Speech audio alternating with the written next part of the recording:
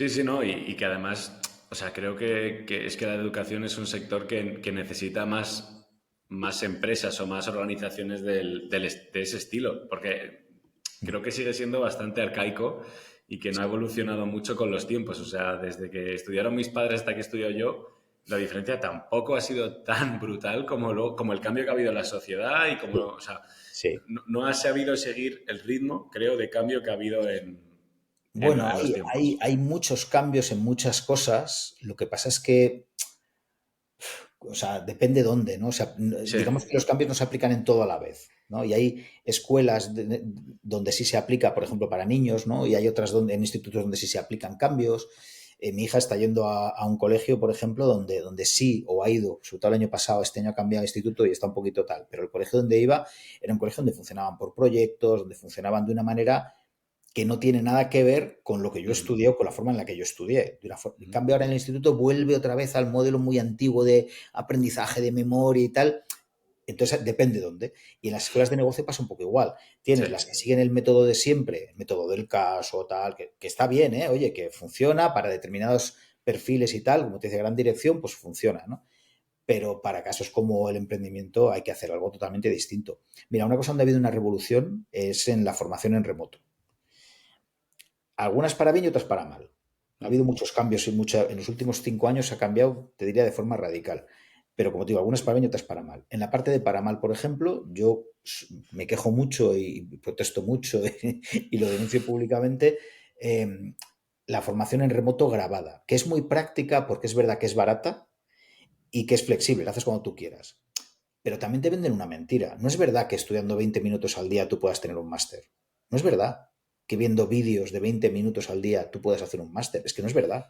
sobre todo que no Ah, tienes que pagar por ello porque lo puedes hacer en YouTube gratis. eso además. O Eso además. sea, Pero, pero es que no es verdad. O sea, entonces, mm, joder, o sea, la formación tiene que pasar por interacción entre el profesor y el alumno. El profesor te tiene que guiar. Tú tienes que poder preguntar al profesor las dudas que tienes en un momento determinado. Y si hablamos de emprendimiento, mucho más, ¿eh? sí, Pero no puede ser que simplemente sea un canal unidireccional, porque eso eso no es educación. Eso es como, yo lo comparo mucho con si tú quieres ser biólogo y te formas viendo documentales de National Geographic. Que oye, los documentales están de puta madre, están muy bien. sí, Pero, hombre, sí. o quieres ser piloto, ¿no? Y solamente haces videojuegos, ¿no? Y juegas con videojuegos de aviones. Pues probablemente te enfrentes a un avión y, y la vas a liar parda. Sí, O alguien que quiere operar, ser cirujano y lo hace viendo vídeos. Pues no, tío, nadie en su sano juicio se le ocurriría pensar que eso es una buena idea. Pues sin embargo, en emprendimiento y en otras áreas de marketing y tal, de mm, negocio y tal, estamos vendiendo que esa formación sí es válida. Pues no, no sí, lo es. No es que no lo sea. Está bien como introducción, como base, pero es que aprender es mucho más.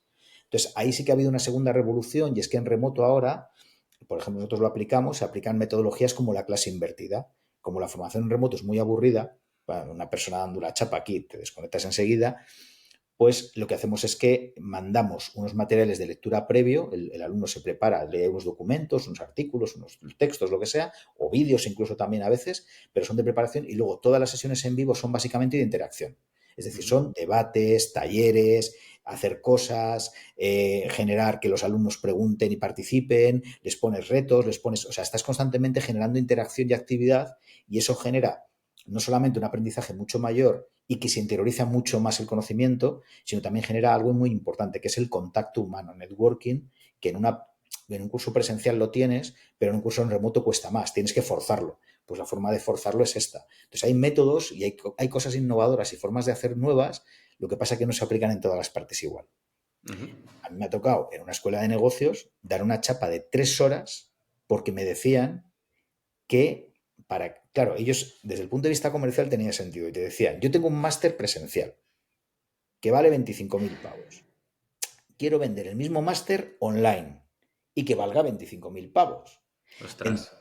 Ya, ya, ya, ya, ya. Esto lo he vivido, ¿vale? Sí, sí, sí, sí. Y te decían, entonces tienes que dar, para que no haya diferencias entre un alumno y otro, tienes que dar exactamente la misma clase. Y yo decía, pero ¿cómo voy a dar la misma clase en presencial que en online? Si es que no se parecen nada. O sea, no, o sea es que el formato, decía Marshall McLuhan ya en los años 50 que el medio es el mensaje. Y el medio de la clase presencial no es el mismo que el medio de una videollamada, una videoconferencia. Entonces tú tienes que adaptar el mensaje, si no es imposible. Sí. Bueno, pues me pedían que estuviera 3 horas delante de una cámara dando una chapa, tío. O sea, y yo decía, esto es insufrible, ya no para los alumnos, que lo es, pero es que para mí también. Sí, pues no recibes ningún tipo de feedback, estás como hablando a la nada y no Claro, y sabes. tú Sí, dices, ¿tenéis alguna pregunta? Y en clase tú les miras a los ojos y la gente te responde, pero en un online donde no les ves, que muchos están hasta con la cámara apagada o claro. tal, o sea, es horrible, horrible. Entonces, eso tienes que trabajarlo de una manera muy distinta, si no es el horror.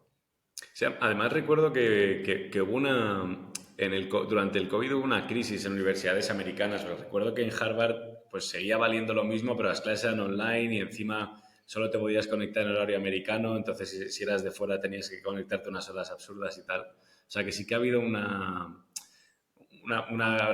una revolución por el COVID, pero también ha habido ciertas crisis porque es verdad que Claro, mira, no es igual. una de las crisis que tiene que ver con eso que dices de Harvard y demás, es que la gente que va a universidades de la Ivy League, como Harvard o Yale, o gente que va a escuelas de negocio muy reconocidas, ¿no? Una de las razones por las que van no es tanto por la formación, que también y que es de calidad, sino también por el networking, por los Total, contactos. total.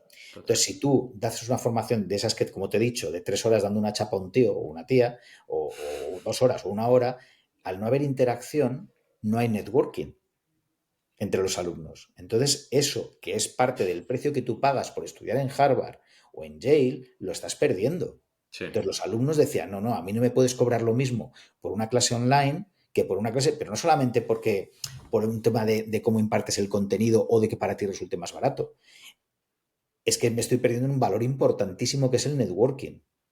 Nosotros, por ejemplo, ¿qué hacemos con eso? Pues te decía que igual tienes que adaptar la formación al medio en el que estás. Nosotros queremos generar networking también, por eso hacemos la participación constante y de hecho obligamos a los alumnos a que trabajen en equipo, para que se conozcan, claro. para que hablen entre ellos y están constantemente hablando de sus proyectos. Eso produce que en cursos de 5 semanas salen amistades, salen gente, pero claro, es que están todo el rato colaborando, todo el rato hablando, todo el rato participando en clase y son grupos relativamente pequeños, de 20 alumnos. Entonces, ahí sí se genera esa conexión. Y la crisis que hubo por el COVID en Harvard fue porque no supieron adaptar el modelo presencial al remoto. Lo hacían Claro, exactamente igual, que es, como te digo, insufrible para todos. Y eso no puede ser. total. Y un poco que, al haber visto tantas startups y estar tan metido, bueno, tú mismo también en varias y tal, ¿qué patrones un poco has visto, o sea, que se repitan entre fundadores? O sea, ¿qué problemas hay a la hora de lo que decías, ¿no? De errores en tecnología o en ventas o en marketing? Un poco, ¿qué tipo de patrones has visto a lo largo de los años? Hay muchos. Uno muy habitual es el error en la búsqueda de financiación. En la búsqueda de financiación se cometen muchísimos errores. Muy poca gente lo consigue, pero porque se busca mal. Se plantea mal, mala estrategia, mal planteado, no estás preparado, los documentos no están bien, pero gente con mucha experiencia, ¿eh? Yo he visto cosas, tío, o sea, hace poco me contactaron una startup que había sido fundada por un grupo de directivos de grandes empresas y, o sea, a mitad de la reunión me querían que les ayudara yo a buscar financiación. Me querían contratar como mentor para ayudarles en eso y les dije que no. Dije, no, mira, no, yo no os voy. Y eran gente con una trayectoria muy importante, con muchos años de experiencia en perfiles, en puestos muy relevantes, con muy buenos contactos. Y yo cuando vi la presentación y lo que planteaban, dije, no, es que esto es imposible, es que con esto no vais a conseguir financiación nunca. Es financiación seria, esa es otra, ¿no? Entonces, ahí se cometen muchos errores. Otro error muy habitual se produce en la fase de crecimiento. Cuando recibes tu primera gran ronda, hay un error que hemos cometido todos, ¿vale? Y que es súper habitual, pero que yo llevo muchos años estudiando ese caso y creo que tengo soluciones para poderlo resolver y tiene que ver con formación, ¿eh? De repente tienes mucha prisa, ¿no? El momento que entra la ronda, los inversores te apretan mucho para que corras, ¿no? La velocidad es muy importante en las startups. Entonces tú tienes que ir muy rápido, muy rápido. Y la mayor parte de las veces piensas que con el dinero lo vas a resolver. Dices, no, como tengo dinero, no pasa nada porque voy a poder fichar y tal. Y ahí empiezan a cometerse un montón de errores que casi siempre tienen que ver con la cultura. Es decir, tú cuando has creado la compañía, la has creado basándote en unos empleados que están muy comprometidos, que son los primeros empleados, tus cofundadores, son gente muy comprometida con la empresa, que lo han dado todo, tal. Y cuando llega la ronda, los inversores y tú mismo crees que necesitas otro tipo de perfiles y empiezas a contratar a gente de fuera con sueldos millonarios para que te ayuden a escalar. Y eso rompe totalmente la cultura interna de la compañía. Hace que los que te han ayudado en la salida se sientan maltratados porque ellos han estado cobrando muy poco y no les das el premio de tal. Los que vienen de fuera imponen una cultura nueva, entonces se genera una disonancia entre los que estaban y los que vienen y eso rompe la compañía. Esto lo he visto así de veces. O otro también muy típico es la internacionalización. Ese afán por querer poner chinchetas en un mapa, por querer internacionalizar pensando que fuera va a ser más fácil. No, es que España es una mierda y entonces si me voy a Estados Unidos voy a vender más y más fácil. Mentira. Mentira, siempre. El 100% de los casos. Va a haber alguna excepción a de siempre, ¿no? Pero es mentira. O sea, tú dominas mucho más tu mercado que otro mercado de fuera donde las cosas son distintas, la cultura es distinta, la gente consume distinto, compra Sí. distinto y tú te crees que vas a ir allí y va a ser igual. Y no, el playbook te lo tienes que empezar casi desde cero. Es que cambia hasta el producto. Yo esto lo he vivido en primera persona. Yo con Red Karaoke, que nosotros llegamos a estar en 90 países, o sea, las primeras interacciones de internacionalización fueron un puñetero desastre. Yo en Japón me dejé medio millón de euros, tío. Medio millón de euros de la época, del año 2010. Eh, Y encima en un país donde el karaoke es la leche. sí, pero se consume distinto. Se consume distinto. Claro, porque ahí es un acto social diferente que aquí. Y Sí. ahí es en privado, aquí es en público. Hay muchos temas de cultura Mm.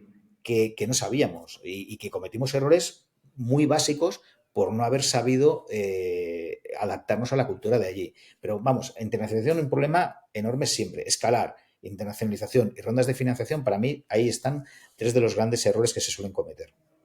También en la parte de escalar creo que hay una parte que es el cambio un poco de mentalidad, que creo que pasa mucho, a nosotros nos ha pasado hace mucho Sí, además, o sea, te lo digo de primera mano, pero tú al final empiezas a trabajar de una manera como un poco orgánica y llegas hasta un sitio y para pasar de ese sitio al siguiente tienes que cambiar esa forma de trabajar y es difícil porque dices, esto es lo que me ha traído aquí, ya, pero es que si quieres pasar de aquí a aquí tienes que empezar a trabajar de una manera un poco diferente, ¿no? Que es un Es, poco... es más, Juanma, es que esto que dices es muy buen punto.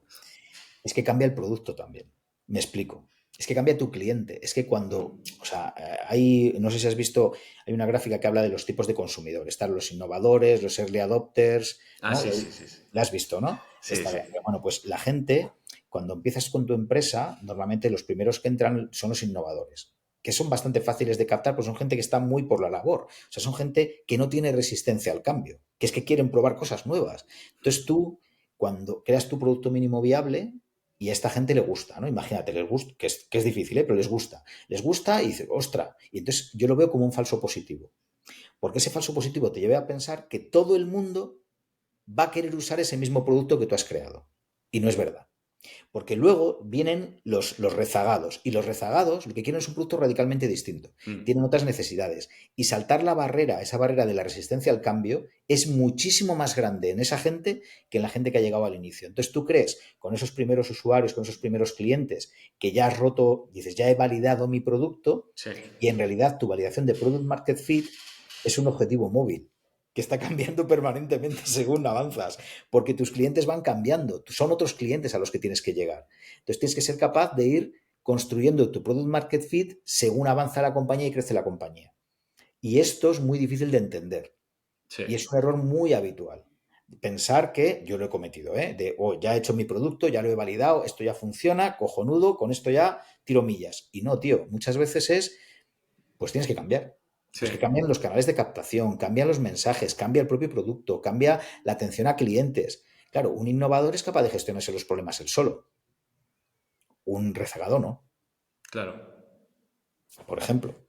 No, no, y que además es que es verdad que viendo grandes empresas, todas van cambiando de branding, si es una app, por ejemplo, Instagram va cambiando, va habiendo actualizaciones y son aplicaciones que tienen miles de millones de euros detrás y miles de millones de usuarios. Así cambian ellos, Y ¿cómo no mucho vas a cambiar análisis, y tú? mucho estudio, claro.